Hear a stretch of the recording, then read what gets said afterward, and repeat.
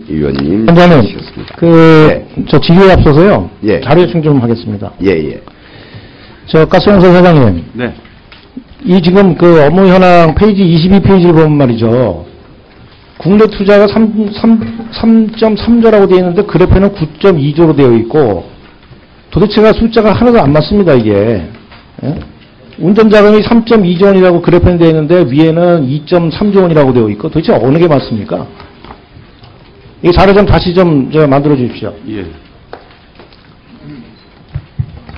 질의하겠습니다. 예. 네, 분당을 출신 장하진입니다. 가스공사 사장님. 네.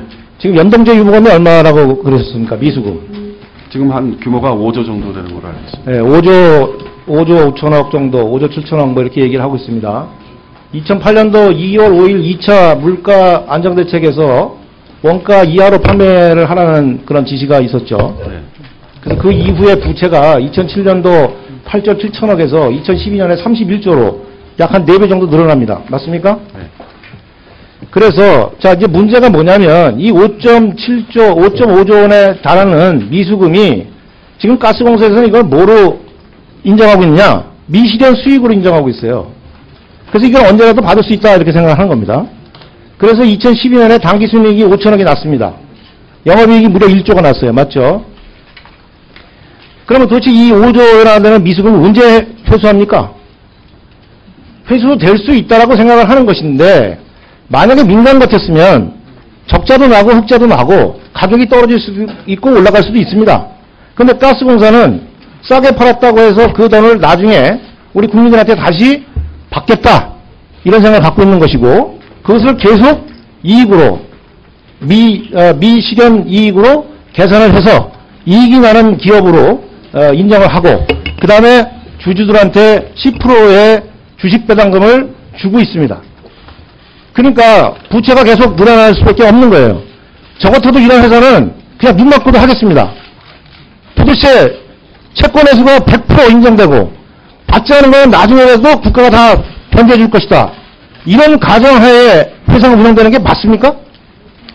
일단 미수금이 이제 채권으로 되는 부분은 이제 회계학 일반 기업 같으면요 대성 충당금을 쌓든가 아니면 적자로 떨든가 그렇게 합니다. 대성 충당금 충당하셨어요? 한 푼도 안 해왔습니다. 언제라도 국민이 다 줄 거라고 생각하는 거예요. 그러면서 대구청사 이전하면서 1년에 9억씩 예산 들어가는 수영장 만들었습니다. 만들었다고 침투하니까 그 주변 지역 주민들한테 시설 활용하겠다고 변명을 했어요. 근데 가스공사는 국가보안 목표시설 아닙니까? 가스공사의 주민들이 수영하러 들락달락 할 수 있는 그런 곳입니까? 가스공사가? 이 부분에서 어떻게 생각하십니까? 그 체육문화센터는 일단 기본적으로 지역 주민들에게 개방하는 목적으로 애초부터 지역 주민이 쓰는 수영장에 지금 가스공사 본사 지하에 설치되어 있습니다. 그러면 그 국가 보안 목표 시설인 가스공사에 주민들이 그렇게 들락날락 할 수 있는 겁니까? 의원님이 한번 그 대구를 내려가 보시면 아시겠지만 그 본 건물하고 이 체육센터 건물 시설이 분리되어 있습니다. 그래서 저희들 그 중앙통제시설이나 본사 건물에는 알겠습니다. 접촉을 못하도록. 자, 제가 중요한 거를 물어본 건 어떻게 미수 5조 5천억이라는 되는 돈이 언제라도 받을 수 있는 돈으로 인식을 하고 있느냐 하는 겁니다. 이것이 공사의 경영 철학입니까?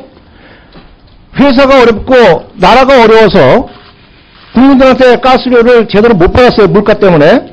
그러면 적어도 경영하는 회사라면 자 손해가 좀 났으니 이 손해를 대선 충당을 하든 대선 상각을 하든 이렇게 해서 적자를 볼 수 있어야 되는 거 아니겠어요?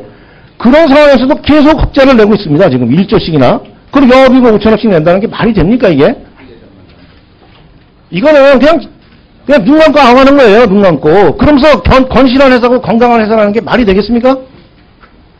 적어도 국민이 부담을 해야 될 그런 요금의 인하폭이 있었다면 그래서 가스공사가 좀 손해를 봤다면 그 손해를 감내해야죠. 가스공사 스스로가.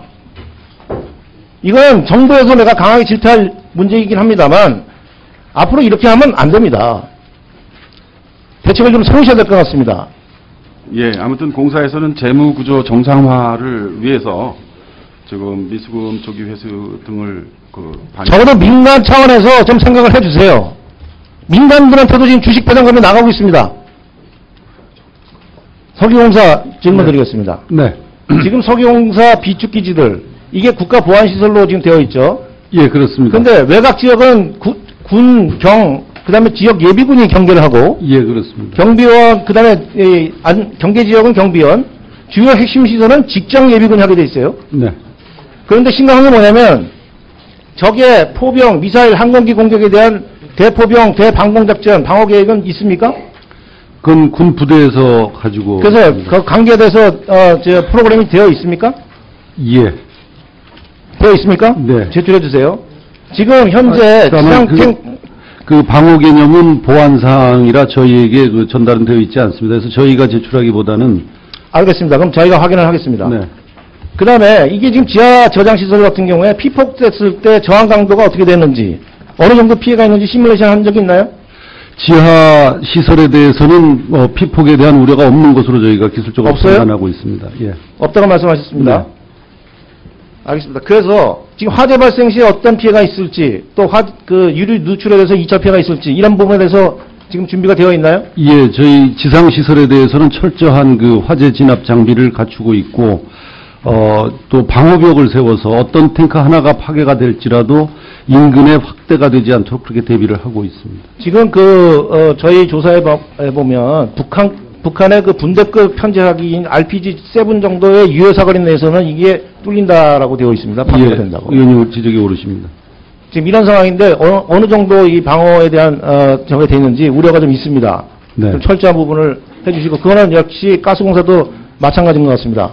가스공사도 역시 많은 그런 부분이 있겠죠.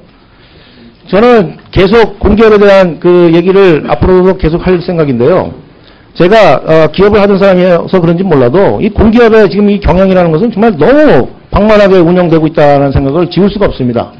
그래서 우리 장 소장님께서 오신 지 얼마 안 됐는데 이 부분에 대해서 좀 민간 기업을 좀 벤치마킹 하셔서 민간 기업처럼 좀 운영을 해주셨으면 하는 바람입니다. 예, 그렇게 하도록 이상입니다.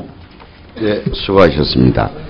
다음에 정수성 위원님 질의하시겠습니다.